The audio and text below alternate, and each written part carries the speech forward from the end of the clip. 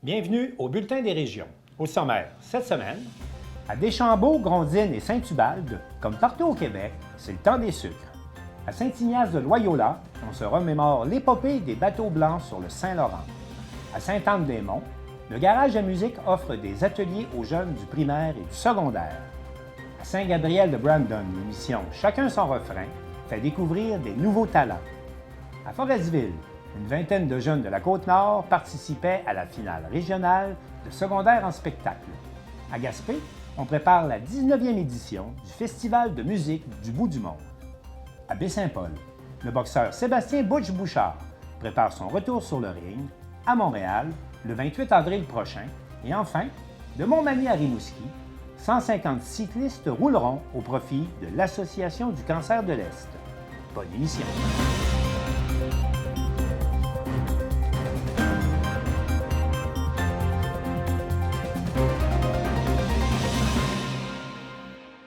La réalisation du Bulletin des régions est rendue possible grâce à la collaboration de 20 télévisions communautaires associées à Cogeco. Vous verrez donc, au cours de la prochaine heure, des reportages vous provenant de partout au Québec. Bonne émission!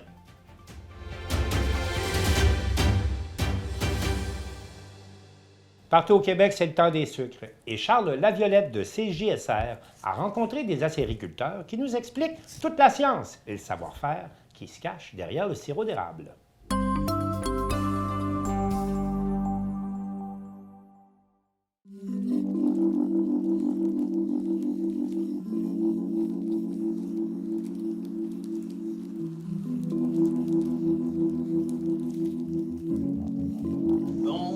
Bonjour. Moi, je suis Sylvain Deshaies. La cabane à sucre ici, c'est La Sucrière, qui appartient à ma conjointe Manon Brazeau. Alors, la saison 2023 commence pratiquement aujourd'hui, parce que les pluies de samedi ont détouré les arbres encore un peu plus. Alors, on a la chance d'avoir une belle saison qui s'en vient. On va commencer à bouillir cet après-midi. Mais j'aurais dû normalement bouillir mercredi passé, mettons, ma première bouillette. On pense qu'il reste un bon 3 semaines et demie, 3 semaines. Et ici, c'est une érablière à frêne, parce que la repousse, c'est du frêne. Mais le fond de terre, c'est du calcaire, c'est le banc de roc des Grondines. Dans le fond, c'est le même banc de roc Grondines puis des carrières de Saint-Marc. Alors, les arbres s'agrippent après les feuilles du roc parce qu'on a à peine un pied de matière organique. C'est pas la matière organique qui retient les arbres, c'est vraiment les racines qui sont prises dans le roc. Évidemment que ça influence l'eau. L'eau est plus forte en calcaire dans le fond des pannes. Le lavage doit être beaucoup plus fréquent, pour ne pas dire tous les jours. À chaque 8 heures de bouillage, il faut enlever le calcaire qu'il y a dans le fond des pannes.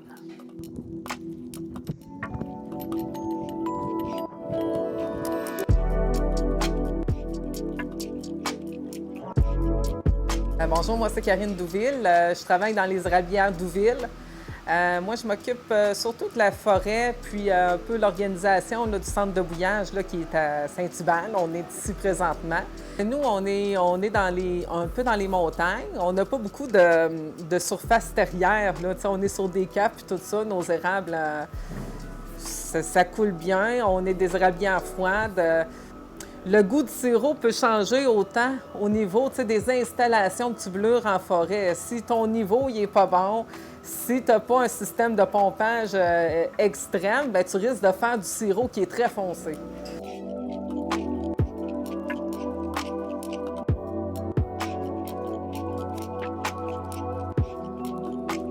On a le feeling que plus au sud, ça coule plus. Bien, ça coule plus de bonheur, mais ça ne veut pas dire que ça coule plus, là, au contraire. Ce qui part plus tard, le sucre n'est pas disparu, là. Le sucre est encore dans l'arbre, donc il va sortir. Moi, j'ai des érablières chaudes puis froides. La différence, c'est qu'aujourd'hui, j'en ai une que j'ai faite 1,40 livres à l'entaille, puis j'en ai une aussi qui a fait 0,17 livres à l'entaille. Ça, on parle des flancs qui sont directement au soleil. Fait que des fois, ça va faire en sorte qu'il y a 2 degrés de plus de chaleur dans ces érablières-là. Fait qu'eux autres, ils coulent, mais les froides, ils couleront pas parce qu'il y a de l'ombrage, puis c'est plus froid aussi le taux de l'érable n'est pas encore fondu, etc. Là. Fait que ça coule moins à ce moment-là. Ils ne sont pas encore partis. Il y a plusieurs facteurs qui font en sorte que ton sirop va avoir un certain goût.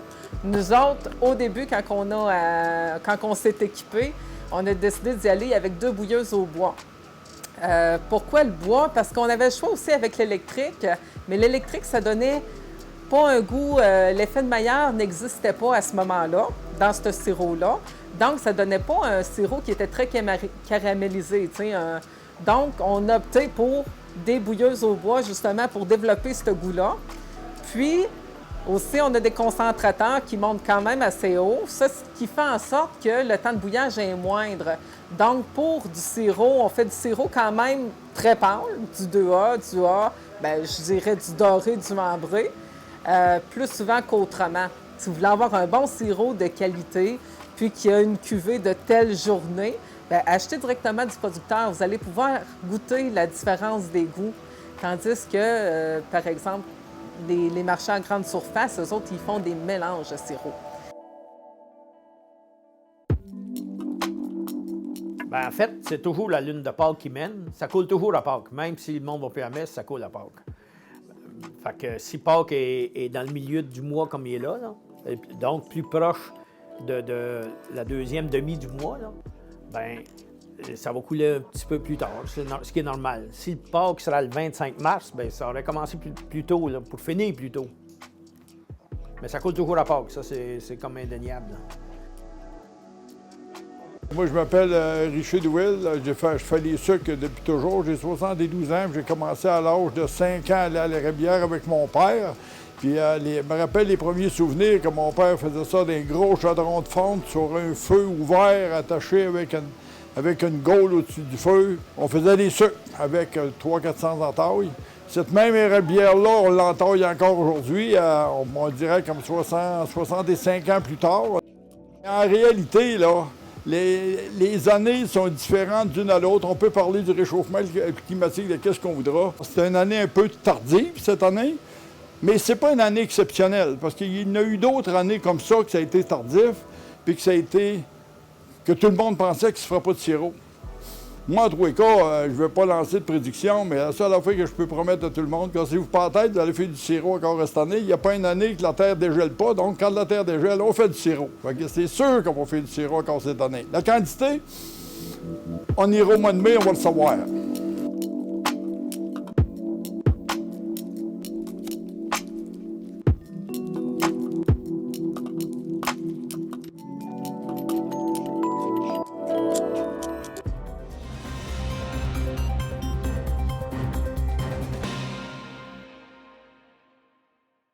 L'épopée des bateaux blancs qui transportaient des voyageurs sur le Saint-Laurent et sur le Saguenay nous est racontée dans un livre de Louis-Vincent Barthes, qui est un officier maritime passionné d'histoire, et Daniel Yvon de CTRB a assisté au lancement de cet ouvrage.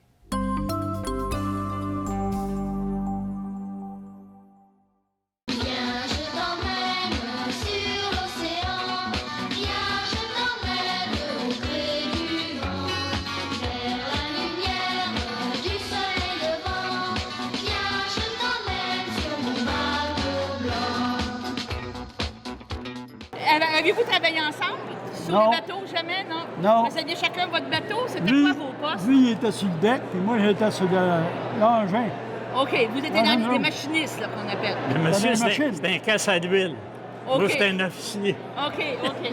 Mais avez-vous travaillé sur le même bateau? Non. Jamais travaillé? Non. Moi, j'ai travaillé sur le Tadoussac, mousse, puis officier. OK. Puis pilote sur le Saint-Laurent. OK, par la suite, pilote sur le Saint-Laurent. Oui. Et vous, Moi, monsieur j'étais un été sur Saint-Laurent, assistant boucher. J'ai été 3 étés sur le Chenieux, chauffeur. OK. Que c'est des bons postes. Dans le temps, c'était-tu par passion qu'on allait travailler sur les bateaux? Oui. De père en fils, c'était-tu des jobs? Pour moi, oui. Mon père était 24 ans. Là. OK. Que c'est lui qui vous avait suggéré d'aller travailler sur les Oui, bateaux blancs? Quand j'étais sur dos, là, j'avais mon habit de matelot, j'allais à bas du Saint-Laurent, là où est mon père. J'étais assez étonné à ma mère, elle ne me restait pas à la maison. OK. Elle m'avait fait un petit habit de matelot. Quand elle est à bord, là, les matelots, hein, Je m'en allais dans le show des matelots, là. Il y avait du fun, hein, avec moi, là. Puis vous, monsieur Étude? Ben moi, j'étais jeune. Mes frères ont travaillé là. Mes oncles, c'était de famille. On était à Saint-Marin dans la famille. Saint-Marin. C'était des belles professions dans ce temps-là? J'ai fait 40 ans, madame. Non, mais c'était valorisé. Oui, Quand les oui, gens voyaient oui. passer des bateaux, puis On avait de l'argent, c'était intéressant. OK. Puis il y avait des belles filles. Ah, c'était... Hein? Vous résumez la Ben oui, c'est ça, situation. c'est bien, parfait. Pas une belle fille, il manquait. OK. Les bateaux blancs, cette histoire-là, c'était des bateaux qui appartenaient à qui? Canada Steamship Line. Qu'on connaît encore aujourd'hui. Là. Oui, Ça existe c'est Ça, encore. là, la quand CS. mon père il était à bord, là, qui était là, ça appelle, les sœurs grises, il y avait des grosses ports là-dedans. OK. Après ça, ça a été appartenu à Canada Steamship Line. OK. Donc, c'est pour ça que vous parliez anglais. Vous n'aviez pas le choix. Tout se passait en Mais non. anglais. Non, pas tout en Pas anglais. en anglais. Entre On vous était- autres, vous parliez en français. Ah, oui. T'as Oh, des- les équipages, ça parlait L'équipage, français. c'était tous des Canadiens français. Il y avait combien de personnes en équipage total? Parce que là, on parle de capitaine. Il y avait quand même des stewards dans l'équipage. 178 par bateau. J'ai collaboré avec Louis Vincent. Oui. Mais c'est important d'expliquer Oui. ces histoires-là. Même j'ai travaillé avec grand-père. OK. Mais c'est important là, Oui, de parler oui. d'histoire, de Oui. faire connaître ça, parce qu'aujourd'hui, on ne C'est- sait pas tout ça. Là. Les jeunes ne connaissent pas ça. Ils apprennent pas ça, ou je sais pas quoi, là. Mais c'était bon pour la culture.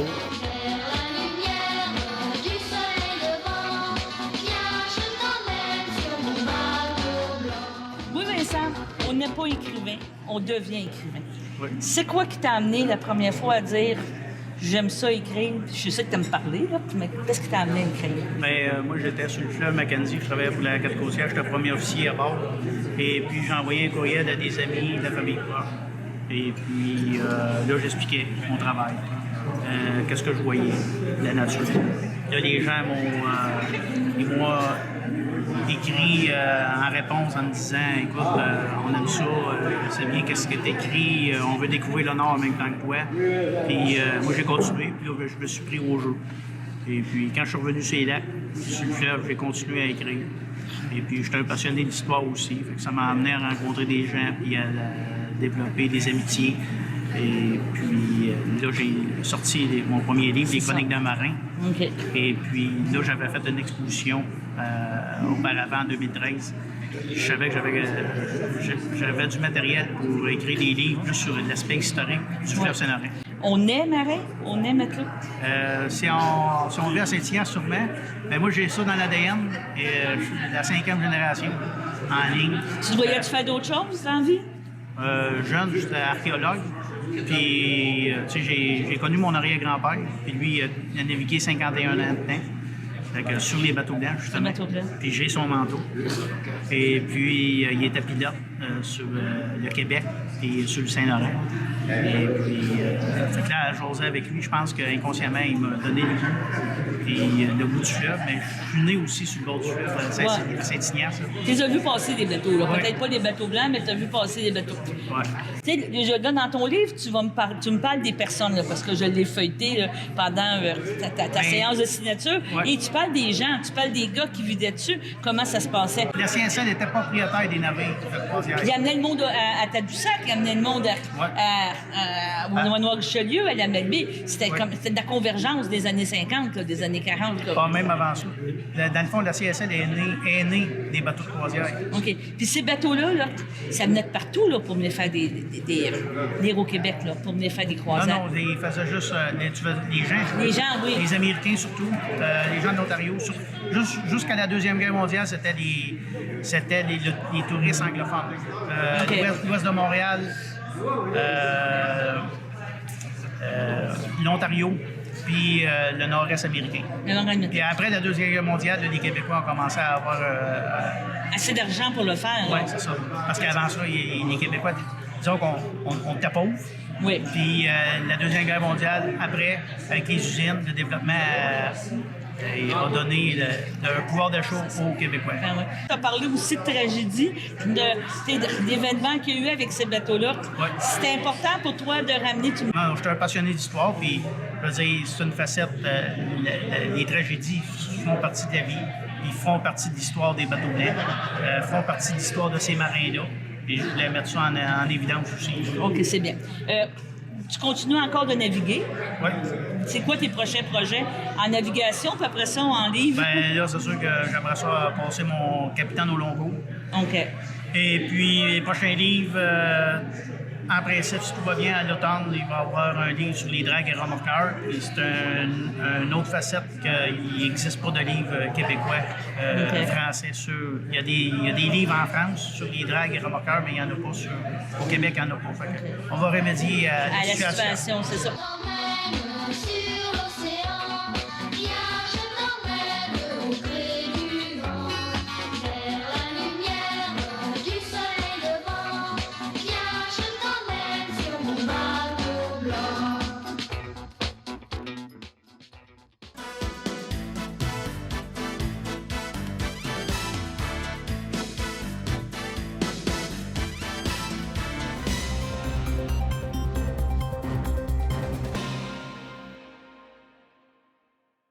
À Sainte-Anne-des-Monts, comme à Cap-Chat et à Gros-Morne, l'initiative Le Garage à musique permet à des jeunes de s'initier à la pratique d'un instrument de musique et Marie-Claire Roy de la télévision de la Haute-Gaspésie nous a préparé un reportage.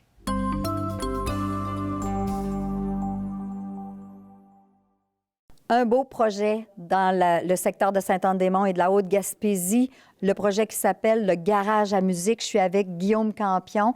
Toi, tu es comme directeur du Garage à musique? Oui, coordonnateur du Garage à musique de la Haute-Gaspésie cette année, pour la première année, oui. Puis ça se passe comment? Qu'est-ce que c'est que le Garage à musique? Le Garage à musique, c'est une initiative du Centre de pédiatrie sociale de la Haute-Gaspésie. Donc, c'est des ateliers, dans le fond, gratuits qui sont destinés aux jeunes du primaire et du secondaire partout sur le territoire de la Haute-Gaspésie. Donc, on a des ateliers qui se donnent actuellement à Cap-Chat, Sainte-Anne-des-Monts. Et puis, pour les ateliers dans l'Est, c'est regroupé à Gros-Morne. Nos ateliers sont à Gros-Morne pour les jeunes. Vous en avez aussi du côté de l'éducation des adultes, je crois. Également, c'est un petit peu en dehors du centre de pédiatrie, mais c'est parce que c'est plus des enfants. Donc, mais c'est le même principe. On donne des ateliers gratuits aux jeunes de l'éducation des adultes 2 fois par mois. Ouais. Puis ça fait combien d'années qu'existe ce projet-là? C'est la 5e année cette année que le projet a été implanté ici en Haute-Gaspésie. Voilà, donc ça a commencé en 2018. Ouais. Puis vous avez combien de jeunes? Est-ce que tu sais le nombre de jeunes au complet, là, disons, inscrits cette année? Inscrits en tout et partout cette année qui ont fréquenté le Garage à musique cette année, c'est une bonne centaine de jeunes.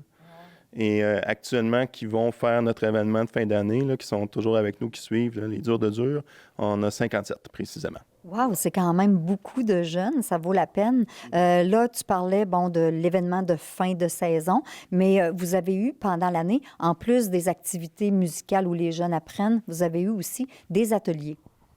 Oui, les ateliers donc se tiennent 1 fois par semaine. Puis cette année, on a eu la chance d'accueillir jusqu'à date 3 artistes invités. Donc, on a eu Benoît Côté, l'auteur, compositeur, interprète de Cap-Chat, qui est venu partager son travail avec les jeunes. On a eu ensuite Guillaume Arsenault, qui est venu nous aider à composer une chanson que les jeunes vont très bientôt commencer à enregistrer. Et on a eu aussi, il n'y a pas longtemps, quelques semaines, Mylène Vallée, auteur, compositrice, interprète, qui est venue partager son travail aussi. Et on va terminer l'année avec Flavia Nascimento, qui est une percussionniste brésilienne qui va amener toute sa batucada pour faire participer les jeunes aux percussions en groupe. Puis l'objectif de départ du Garage à musique, qu'est-ce que c'était? C'est vraiment un projet qui part du Centre de pédiatrie sociale. Donc, l'idée, c'est d'amener à développer des aptitudes sociales à travers la musique, entre autres. C'est un projet qui est basé sur la mixité sociale. Donc, c'est-à-dire que les jeunes qui fréquentent déjà le Centre de pédiatrie sociale sont fortement invités à venir participer, dépendamment de leur intérêt, au moins essayer un instrument, voir s'ils aiment ça. Mais c'est ouvert à tout le monde. Donc, c'est pas juste les jeunes qui fréquentent le centre de pédiatrie, c'est aussi tous les jeunes de 9 à 17 ans de la Haute-Gaspésie, et même un petit peu plus jeunes, là, dépendamment des endroits, qui sont invités à participer. Puis le but, c'est vraiment de faire découvrir la musique, d'apprendre à faire de la musique en groupe. Donc, c'est pas comme une école de musique où on apprend le solfège et toute la théorie. On tombe tout de suite dans les chansons.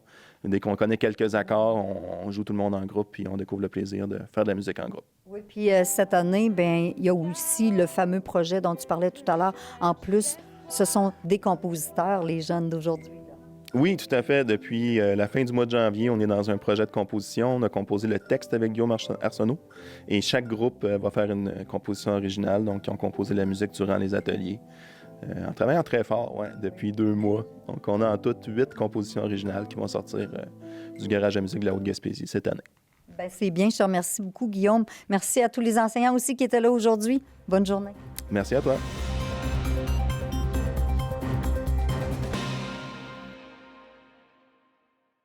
Gilles Comeau anime depuis plusieurs années l'émission Chacun son refrain et il nous invite à profiter des archives de CTB-TV qui contiennent quelques 300 artistes dont certains ont performé au plus haut niveau. On l'écoute.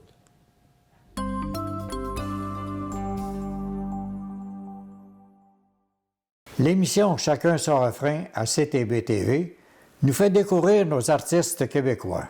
Nous avons plus de 300 artistes en archives sur notre site ctbtv.ca. Cette année, 3 artistes que nous avons enregistrés à Chacun son refrain sont passés à l'émission La Voix. Nous les avons découverts avant TVA. Tout d'abord, Audrey Lachance, que nous avons enregistrée le 11 décembre 2007. Elle nous avait éblouis par son interprétation de la chanson Bobby McGee.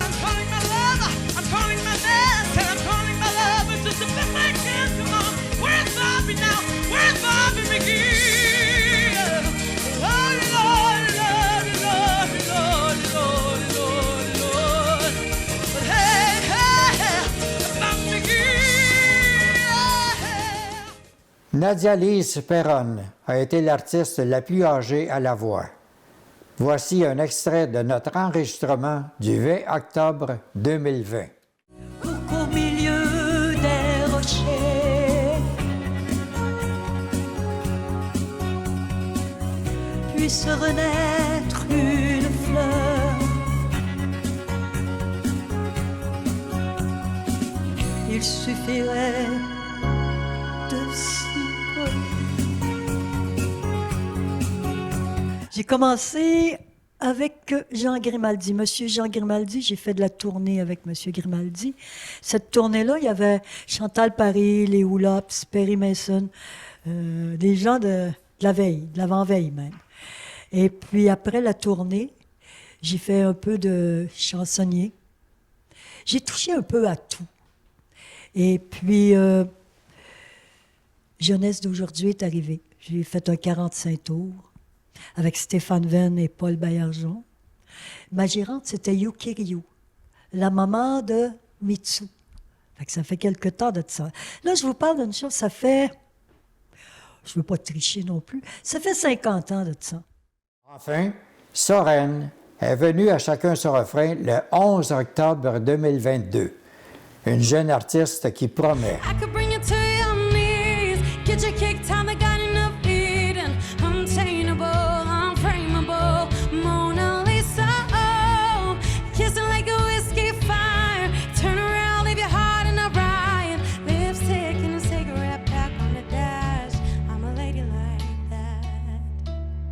Sometimes I forget not to talk about politics when I'm in the middle of me getting it on. Sometimes I'm not polite, don't bite my tongue, I speak my mind. Let curse words fly when shit goes wrong. Controversial, so outspoken. I've been told.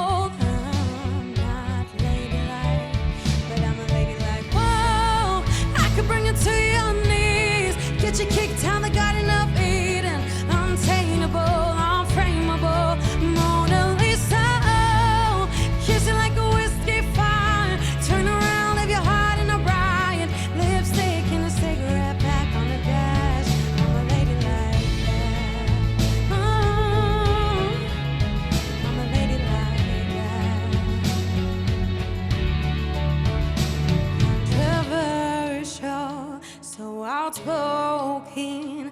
I've been told I'm not ladylike, but I'm a ladylike. Whoa, I could bring you to your knees, get you kicked out the Garden of Eden, untameable, unframeable, Mona Lisa. Oh, kiss you like a whiskey fire, turn around, leave your heart in a riot, lipstick and a cigarette pack on the dash. I'm a lady like that. I could bring you to your knees, get you kicked out the Garden of Eden, untameable, unframeable, Mona Lisa. Oh, kiss you like a whiskey fire, turn around, leave your heart in a riot, lipstick and a cigarette pack on the dash. I'm a lady like that. Elle va sûrement avoir une belle carrière. Comme vous pouvez le constater, chacun ce refrain à CTB-TV est là pour faire connaître nos artistes québécois. Vous pouvez choisir vos artistes préférés parmi nos quelques 400 émissions sur ctbtv.ca, archives, refrain. Ici Gilles Comeau pour CTB-TV.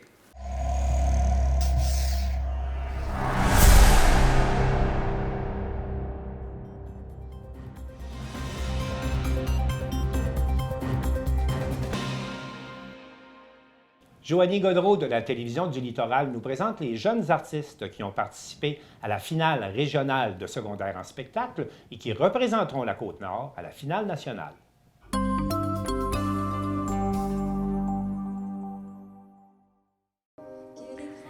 Devant une salle comble 2 soirs d'affilée, une vingtaine de jeunes de la Côte-Nord ont performé au Pavillon des Arts de Forestville les 31 mars et 1er avril, dans le but d'obtenir leur laissez-passer pour la finale provinciale de secondaire en spectacle. Les 24 numéros présentés avaient de quoi impressionner tant les 3 juges que le public. L'intelligence émotionnelle des jeunes artistes était belle à voir et à entendre. Ils n'ont pas hésité à prendre le micro pour se présenter et expliquer leur création artistique. Que dire des animateurs et maîtres de cérémonie qui ont très bien agrémenté la soirée et les transitions techniques?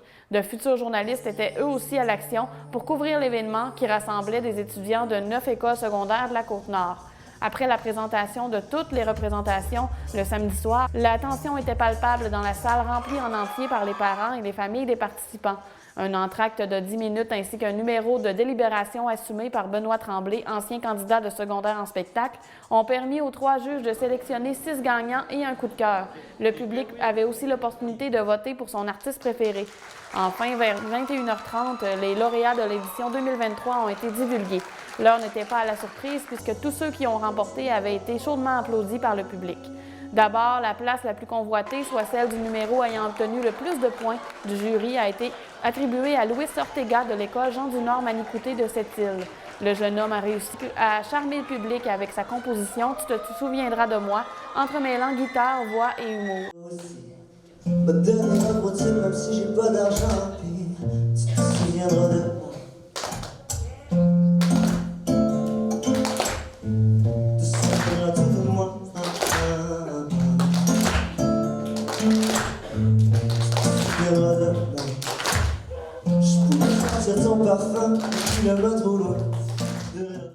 En deuxième position, les 4 adolescents ayant réalisé le numéro de danse et chant 4 univers, un ensemble ont impressionné par leur prouesse sur scène et leur originalité.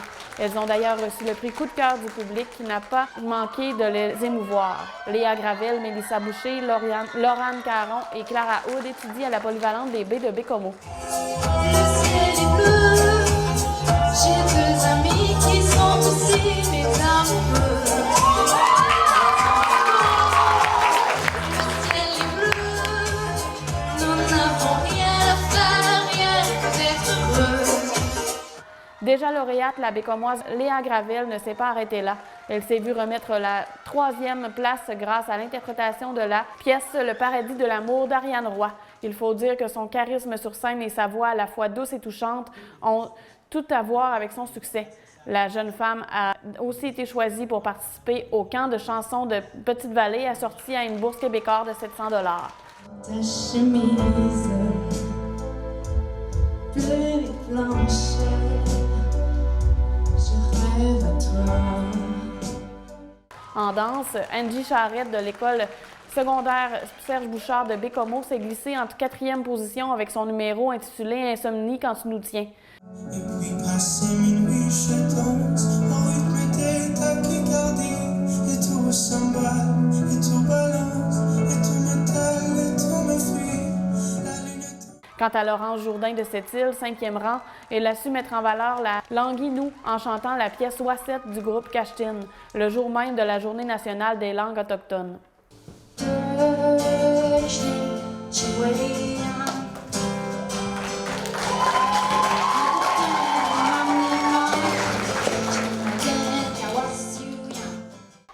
Finalement, la 6e place est allée au groupe rock de cette île qui a offert la composition La Chute de façon musicale seulement, soit à la guitare, au clavier et à la batterie.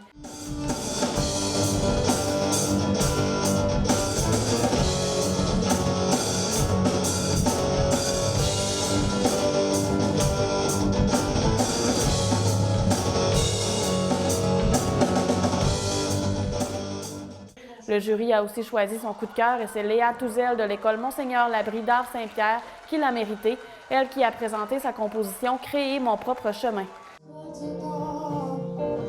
Je finirai par rêver à bon port.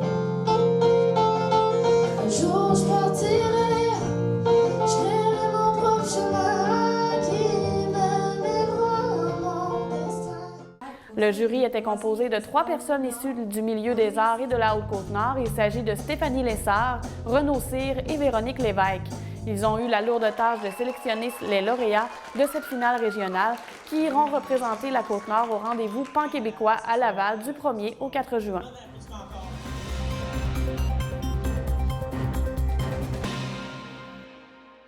Simon Bugeaud de l'émission Zone communautaire à Télé-Gaspé a rencontré Steve Pontbriand pour parler de la 19e édition du Festival de musique du bout du monde qui se déroulera à Gaspé du 10 au 13 août prochain.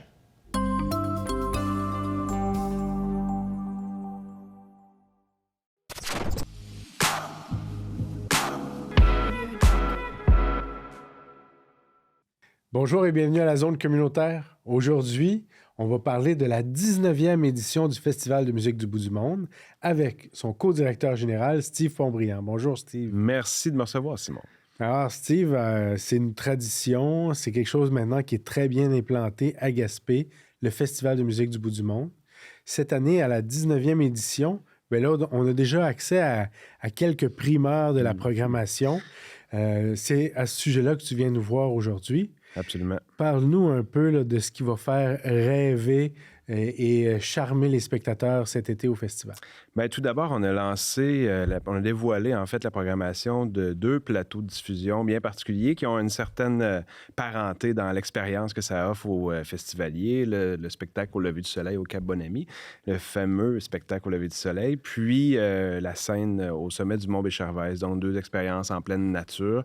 On trouvait qu'il y avait une certaine parenté, donc on a présenté pour le lever du soleil Claude Pelgag qui va être en solo, en fait, au lever du soleil, ou en duo avec le soleil levant, si on a la chance. En fait, dans les nouveautés qu'on espère cette année, il y a l'absence de pluie. Ah, on a pris l'assurance météo. Absolument. Super. Donc, Claude Pelgag en duo avec le soleil levant.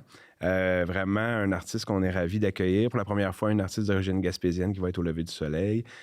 Aussi un artiste qui embarque un peu dans cette folie-là de faire un spectacle, un soundcheck en pleine nuit dans une zone où il n'y a pas de réseau cellulaire, ni Wi-Fi, se lever aux petites heures du matin, puis vivre finalement, elle aussi, une expérience parce que c'est une expérience pour les festivaliers. Certains même appellent ça un pèlerinage, mais c'est aussi une expérience pour l'artiste. Donc, elle a embarqué avec nous dans ce projet-là. Il faut le dire, ce site-là est vraiment rendu là, comme... iconique. Oui, une icône, une image de marque du festival. C'est couru. Puis, mentionnons-le, là, ça se passe au Cap Bonami, dans le parc Forillon, au lever du soleil, donc aux alentours de 5 heures du matin à cette date-là de l'année, avec le soleil, on le souhaite, qui éclaire le mur des falaises à l'arrière-plan de l'artiste. C'est vraiment génial. Oui, vraiment. Puis ben, l'engouement des festivaliers pour cet événement-là aussi résonne bien. Là, on a lancé la programmation jeudi dernier.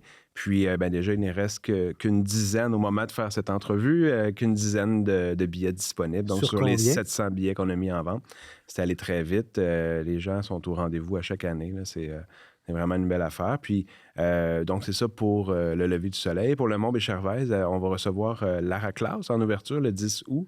Lara Klaus, qui est une artiste originaire du Brésil, qui est installée à Montréal, une multi-instrumentiste qui a participé à un paquet de projets. Vraiment, qui présente un peu un ode à la musique brésilienne. Là.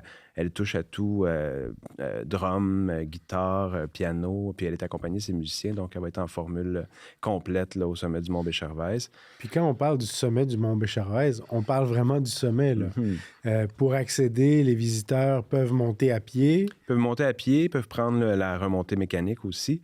Puis ensuite de ça, ils peuvent descendre. Ils descendent à pied finalement à la montagne, excepté pour les personnes à mobilité réduite à qui on réserve la remontée mécanique pour descendre. Mais pour la montée, tout le monde est bienvenu d'utiliser la remontée mécanique. Là. Puis c'est aussi un site extraordinaire parce que comme spectateur, on voit la scène d'un côté, puis l'étendue de la baie de Gaspé juste derrière eux.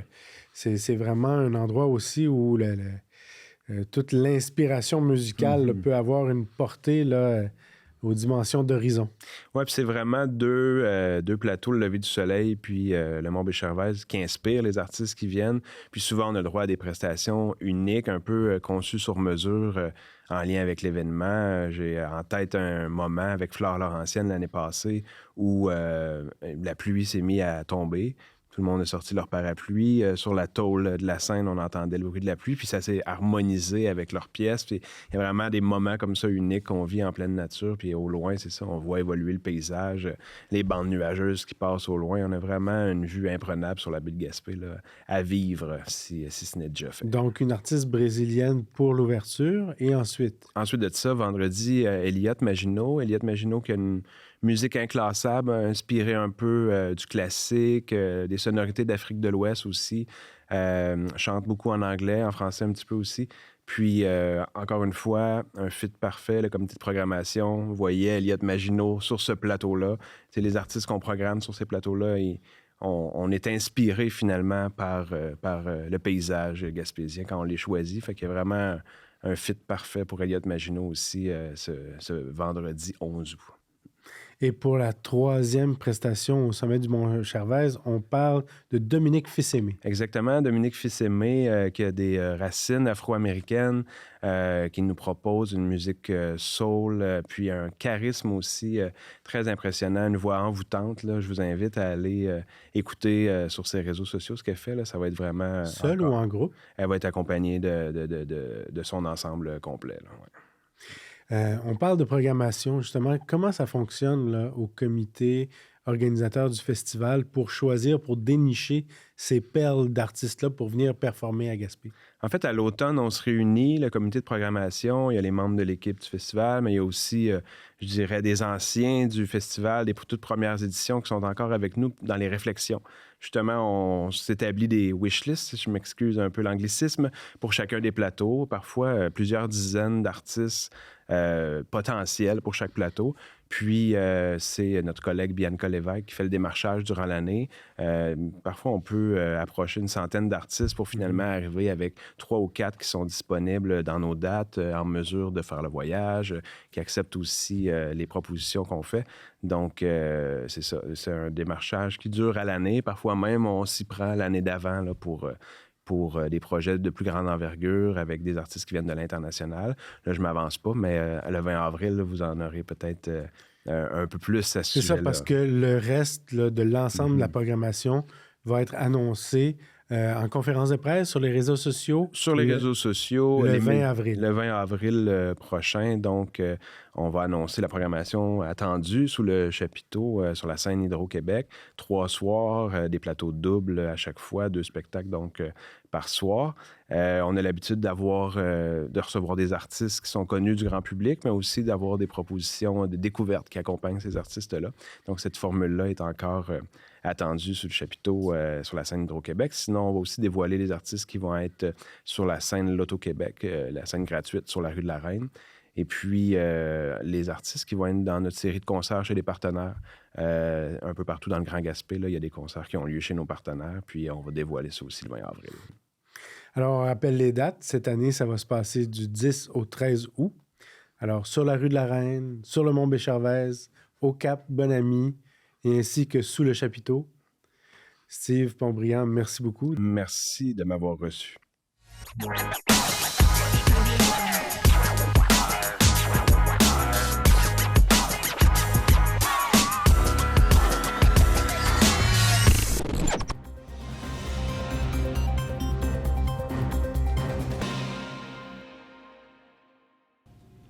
Mathieu Tremblay de l'émission Le Vestiaire à TVCO rencontre le boxeur originaire de Baie-Saint-Paul, Sébastien Bouchard. Ce dernier nous parle de son combat à venir le 28 avril prochain à Montréal contre le Mexicain Fernando Altamiro Marquez.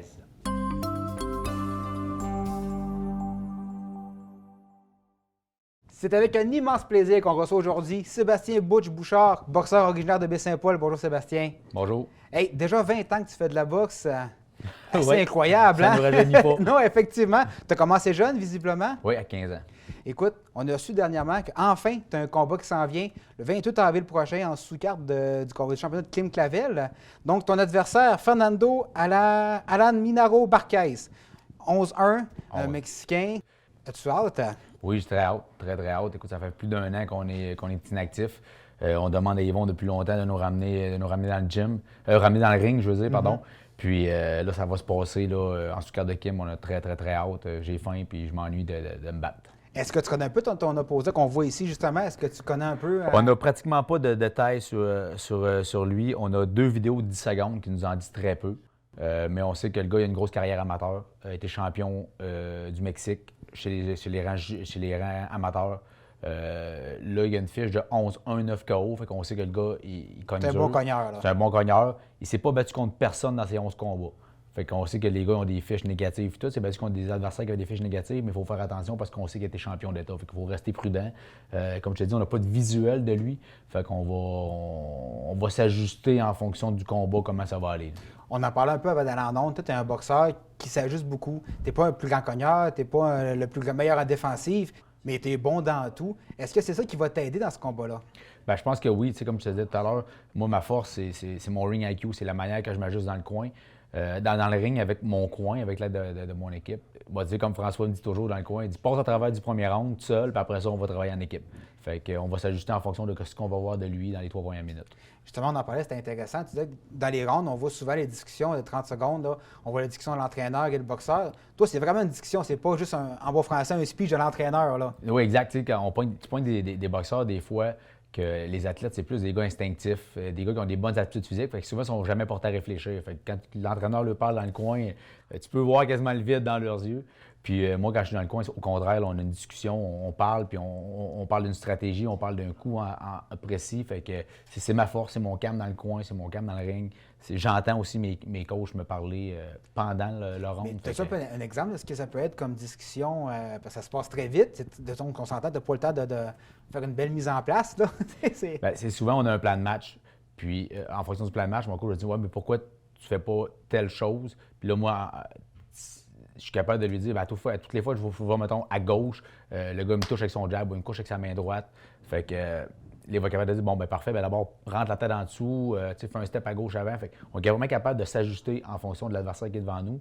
Plutôt qu'il me donne des informations, moi, je les reçois, mais j'arrive dans le ring puis je suis pas capable de les faire parce que, mettons, justement, il me touche pas, mais je n'y ai pas verbalisé. Fait qu'on s'ajuste pas en fonction du gars devant nous. Tu t'entraînes à Québec, l'Empire Club, 2 fois par jour, si j'ai bien compris? 2 fois par jour, oui. On fait une partie boxe, une partie préparation physique. Mais pour ce combat-là, ce qu'on veut, c'est que je sois au maximum de ma forme. Au dernier combat, justement, ça a été très long, moi, je décolle par manque d'inactivité. Puis au début du camp d'entraînement, avec mon équipe, j'ai mis ça bien clair. J'écoute, ça fait 20 ans que mon pain et mon beurre, c'est ma force physique puis mon endurance physique dans le ring. Au dernier combat, on a voulu être technique, puis ça a pris une éternité avant que je décolle. Puis un coup qu'on a dit, c'est beau, reviens à tes vieilles habitudes, j'ai passé sur le corps de mon adversaire. Fait que j'ai dit, pour ce qui reste de ma carrière, pour tous les prochains combats, on va travailler encore sur la technique, bien évidemment, mais le plan de match est un char d'assaut. Je passe sur le dos de mes adversaires. Comme Rocky VI un peu, là. Exactement. pareil. Puis, écoute, on va parler un petit peu, si tu permets, d'actualité de boxe, parce que la boxe, c'est un monde particulier. Tu baignes là-dedans depuis 20 ans. On voit est-ce que à ton avis, est-ce qu'il y a assez de combats locaux? Parce qu'on parle souvent de combats locaux, de promoteurs locaux. Est-ce qu'à ton avis, il y en a assez? Je te dirais, la question est bonne. Est-ce qu'il y en a assez? Je te dirais, ce qui fait le besoin des cartes, c'est l'offre et la demande. À un moment donné, il faut que tu sois capable de rentabiliser tout ça. Est-ce qu'il y a assez de boxe? Je le sais pas. Est-ce qu'il y a assez d'argent dans la boxe? Non. OK. Il faudrait que les gars et les filles soient capables de vivre de ça. Moi, je compare souvent la boxe au hockey, même si c'est pas pareil pantoute. Moi, j'ai jamais prétendu être un Sidney Crosby. J'ai toujours prétendu être un gars de 3e, 4e trio. Je fais jamais un coin rond, je m'entraîne extrêmement dur, puis je suis toujours là. Puis, mais un gars 4e trio au hockey, il compte très bien sa vie, puis il va bien pareil. Tandis que nous autres, là, on rush à travailler 30, 40, 50 heures par semaine, à faire le maximum en boxe, mais le maximum au travail pour pallier tout ensemble dans la vie. C'est pas évident. Fait que, si ce serait pour avoir juste 2 combats par année ou 10, peu importe, mais il faut qu'il y ait de l'argent pour que les boxeurs aient des redevances autour de ça. Merci Sébastien. On va t'encourager à la Place Belle. Les billets, groupe gym, Ticketmaster. Ticketmaster, merci beaucoup.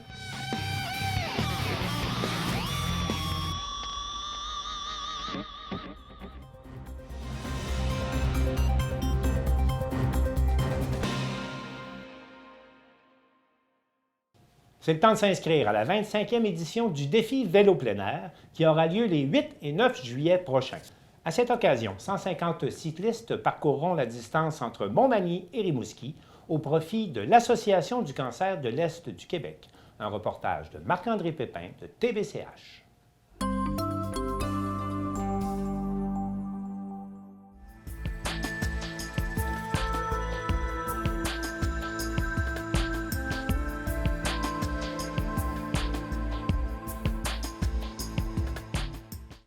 Alors, bon matin. Alors, merci à vous tous d'être là. Ce serait difficile de passer sous silence le comité qui s'occupe de la 25e édition. On a un comité là, extraordinaire, tant au niveau, au niveau des commandites et le conseil d'administration. Ces gens-là et moi-même travaillent depuis septembre pour la préparation de la 25e édition, qui, je le suis sûr, va passer à l'histoire de tous les défis. Alors, date importante, 8 et 9 juillet 2023. Ce qui concerne le trajet cette année, on avait fait un sondage auprès des participants pour voir qu'est-ce qu'ils avaient aimé l'an passé, qu'est-ce qu'ils leur avaient... C'est sûr que la météo, ils avaient tous adoré ça. On s'entend que l'année passée, c'était météo extraordinaire pour les cyclistes. Alors, c'est un parcours de 240 km qui nous amène de Montmagny le samedi matin 8 en direction de Rimouski. Et on va arrêter à Rivière-du-Loup pour le souper du samedi avec des ravitaillements aux 40 et 50 km. Moi, je veux tout simplement vous parler des premiers défis vélo. Je veux vous parler même du premier défi vélo. Qu'est-ce qui m'a amené au début à faire le premier défi vélo? Je ne vous cacherai pas que, étant propriétaire de vélo plein air à ce moment-là, que la passion du vélo, je l'ai depuis très longtemps, même avant d'avoir un magasin. Parce que j'ai parti un magasin parce que j'avais une passion pour ce milieu-là, le vélo et le plein air. Dans ce temps-là, j'avais un bon ami à moi. Je dis dans ce temps-là parce qu'il n'est plus, Charles Albert. Charles Albert, j'ai été rencontrer Charles Albert parce que lui avait déjà fait un événement qui ressemble à ça. Puis je l'ai rencontré pour lui demander si ça le dérangeait que je reprenne cet événement-là, que je la fasse sur une formule un petit peu différente. Puis Charles m'a juste dit, ben Gilles, je demande pas mieux. J'espère que même que tu vas réussir avec ça. Il a participé à notre événement. Il était bien content du succès. Mais là, je vais vous dire qu'un matin, du départ du défi vélo, on a appris que Charles était dans le coma. Fait que je vous laisse deviner dans quel état que ce défi-là s'est passé. Vélo plein air, j'ai vendu le magasin il y a maintenant près de 11 ans. Mais je suis très content et très fier de savoir que les nouveaux propriétaires de vélo plein air continuent toujours dans la même direction et pour la même cause que je suis. Fait que je remercie beaucoup Carl, je remercie beaucoup René et Edith qui est ici présente. Merci Edith d'être là. Quand vous faites affaire avec une entreprise locale comme Vélo plein air, on est assuré que les retombées vont rester dans la région. C'est pas les gens de l'extérieur qui investissent dans notre événement. Oui, on a des membres, on a du monde de l'extérieur, mais Vélo plein air, c'est une entreprise locale, puis Vélo plein air réinvestit beaucoup dans les événements de notre genre. On a été très audacieux, le comité organisateur, parce qu'on veut un minimum de 150 cyclistes pour l'événement. L'année passée, on était 85. Souvenez-vous, on est revenu dans le présentiel l'an dernier, après 2 années où on le faisait de façon, à cause de la pandémie, on disait aux gens, bien, inscrivez-vous, mais faites-le à votre rythme quand vous allez vouloir le faire. On avait appelé ça « Ton défi vélo ». C'est un côté qui revient encore cette année, mais pour le défi, c'est une augmentation de 76 % du nombre des cyclistes par rapport à l'an dernier, qu'on en avait 85. Fait que, comment s'inscrire? C'est pas vraiment compliqué. On peut s'inscrire d'ici le 8 juin en allant sur défivélopleinair.org. L'inscription est 250 $ et on demande aux gens d'amasser au moins un minimum de 550 $ en cagnotte pour remettre à l'Association du cancer de l'Est du Québec. Ce que ça comprend, le 250 $ d'inscription, ça peut paraître beaucoup, mais ça nous aide à couvrir seulement une partie des dépenses. Parce que ce qu'on va offrir comme événement encore cette année, parce qu'on a un comité qui est bien rodé, qui s'est vraiment renouvelé au fil des années, c'est un service 5 étoiles pour un événement de vélo de la sorte, pour une cause qui est importante pour nous dans la région. Alors, transport des cyclistes, des vélos jusqu'à Montmagny, on charge des dîners, du souper, l'hébergement à Rivière-du-Loup, le déjeuner à Rivière-du-Loup. On fournit le ravitaillement pour toutes les haltes. On a un service de dépannage en cas de bris de vélo. C'est le mécano de vélo plein air qui va être là avec nous, qui va nous accompagner pendant les 2 jours. On va également fournir un super de jersey. Pour le 25e cette année, ce qu'on a fait, c'est qu'on a demandé à un artiste de la région, un artiste peintre, Raymond-Marie Murray, de nous créer un dessin, de nous créer une œuvre inédite qu'on va pouvoir mettre sur notre jersey. On ne peut pas vous le dévoiler aujourd'hui parce que c'est une surprise qu'on réserve à nos 150 cyclistes et plus lors du souper du 8 juillet. Pour le jersey, Carl Bérubé de Vélo plein air vient de s'engager qu'il va prendre 100 des coûts du jersey. Et ça, c'est une belle nouvelle ce matin parce que ça représente plusieurs milliers de dollars. Alors, merci beaucoup, Edith. Je ne sais pas si je te l'apprends en même temps, là. C'est bien lui. Ah, ben maudit, écoutez, là, c'est beaucoup de belles nouvelles qu'on a depuis qu'on a commencé l'organisation du 25e. C'est sûr qu'on veut que ça soit, comme Gilles le disait, festif. On veut que ça soit un super de bel événement. En termes de montant qu'on veut amasser, là, on a été aussi encore très audacieux. Ce qu'on veut remettre directement à la SEC, c'est un montant de 140 000 $ net. L'an dernier, avec 85 cyclistes, on a remis 108 000, ce qui est exceptionnel. 140 000 net, ça veut dire après les dépenses, parce qu'il y en a des dépenses. Mais pour pallier, comme on veut remettre la cagnotte au total à l'Association du cancer, et c'est ce qu'on souhaite, puis le succès, la réussite de l'événement ne passe pas sans des partenaires. Puis je les appelle les partenaires, c'est pas des commanditaires, c'est des partenaires avec nous, parce que ce qu'on fait, quand un commerce s'associe avec la SEC, je considère qu'un organisme comme la SEC, qui est en région depuis 40 ans, c'est gagnant-gagnant de s'associer à l'Association du cancer de l'Est du Québec comme commerce. Merci beaucoup à Desjardins d'être là avec nous encore cette année. Je vois Daniel, je vois Catherine Laure qui est présente. C'est important de sentir que vous nous appuyez. Vélo plein air depuis 25 ans qui est là, c'est important d'avoir le lien avec un commerce dans le monde du vélo. C'est facilitant pour nous, pour l'organisation, à plein des niveaux. Je parlais du groupe Ouellette Belleduc. Structure GB qui est là, André Collin, qui est un ami, un partenaire de longue date. Alain Simard des restaurants AEW, un nouveau partenaire avec nous cette année, partenaire des restaurants de Matane et de Rimouski. Alain avait participé à l'événement l'année passée et je pense qu'il avait beaucoup aimé ça. Puis dès le lundi matin, au retour, j'avais un message courriel de lui qui me disait « J'aimerais ça m'impliquer l'année prochaine. Comment je peux le faire? » Puis on l'a rencontré, il a fait partie de notre comité de commandite, puis c'est un partenaire majeur avec nous cette année. Alors merci beaucoup Alain d'être là, d'être présent. Le groupe RIMA, Rimouski Remorquage, les autres vont se charger des 2 dîners.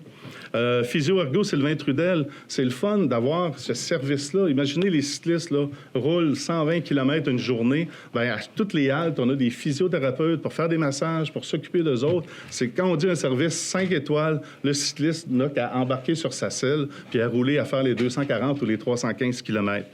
Huissier BSL avec Pierre Blier, toujours pratique d'avoir un huissier dans un comité.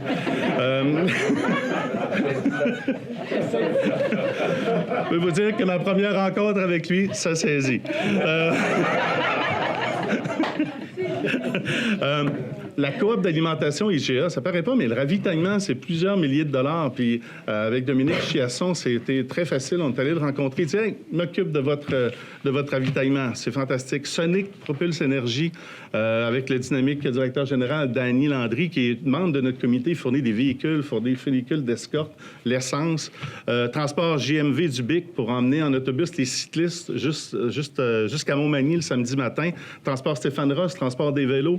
Fromagex, député ministre Maïvité Blanchette-Vézina avec Yannick Chassé, son représentant qui est ici ce matin. Bien, c'est une belle contribution d'elle aussi. Elle poursuit la tradition. Nos députés provinciaux nous ont toujours encouragés au fil des ans.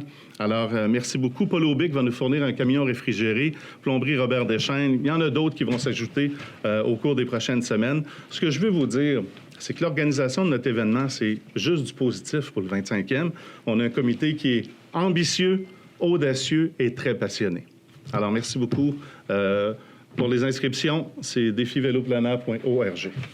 Bonjour à tous. Écoutez, c'est un grand plaisir de m'adresser à vous aujourd'hui à titre de porte-parole du Grand Desjardins. Donc, Desjardins est fier de présenter la 25e édition. Le partenariat entre Desjardins et la SEC date de plus de 20 ans d'un partenariat extraordinaire. Et ça fait c'est la 14e implication de Desjardins dans le défi vélo plein air plus spécifiquement. Donc, c'est un plaisir pour nous. D'entrée de jeu aussi, je tiens à vous mentionner, donc nous, je suis co-président d'honneur avec mon associé Jonathan Bolduc, qui ne pourra malheureusement pas être ici aujourd'hui, mais qui va être assurément là, avec nous sur son vélo les 8 et 9 juillet prochains. L'an dernier, Jonathan et moi, on avait tellement adoré notre édition et notre expérience en tant que président d'honneur qu'on avait, dès l'année passée, annoncé qu'on allait prolonger pour une nouvelle année. On ne voulait pas manquer, évidemment, l'opportunité de faire partie de la 25e édition puis de célébrer ça tous ensemble. Donc, comme vous l'avez entendu, le comité organisateur qui est prêt, beaucoup de gens sont présents aujourd'hui avec nous, là, travaillent à monter une édition là, qui va être mémorable de ce côté-là pour souligner, évidemment, les 25 ans. Ça, 25 ans, Gilles, c'est pas rien. Là. Après 24 ans, on parle de 2745 participants. C'est plus d'1,5 million qui a été accumulé au fil des années pour la SEC. C'est extraordinaire. Puis c'est plus de 700 000 kilomètres qui ont été parcourus là, par l'ensemble des participants. C'est le fun de mettre ça en perspective. Là. Ça, c'est 17 fois le tour de la Terre qui a été fait par l'événement du défi. Si je reviens un petit peu comme individu ou comme, évidemment, personne aidante, souvent, évidemment, le cancer, on se retrouve un petit peu démuni ou impuissant face à ça. Heureusement, on a la SEC ici pour nous offrir des services en région par une équipe de bénévoles extraordinaires, puis des intervenants dédiés et humains. Donc, le défi, ça peut nous permettre, chacun d'entre nous, là, d'aider ces gens à trouver le courage de mener leur combat en s'impliquant, nous, de notre côté, à participer au défi, qui est un événement primordial là, pour la SEC. Donc, ce défi s'adresse à qui? Ça s'adresse un petit peu à tout le monde qui aurait le goût là, de vivre une expérience humaine extraordinaire, de venir vivre l'expérience de rouler en peloton, puis de se laisser surprendre par la force du groupe. Donc, si en cours de route, il y a des moments un petit peu plus difficiles, bien, ça sera le moment de se rappeler une personne qui a traversé ou qui a eu le combat ou qui a combattu la maladie. Donc, et de lui dédier ces kilomètres de douleur un peu en son honneur. Donc, l'invitation est lancée. Merci beaucoup.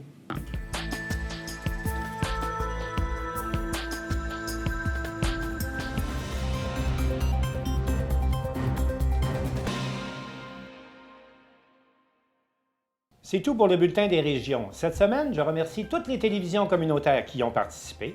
Et au nom de toute l'équipe, je vous dis à la prochaine.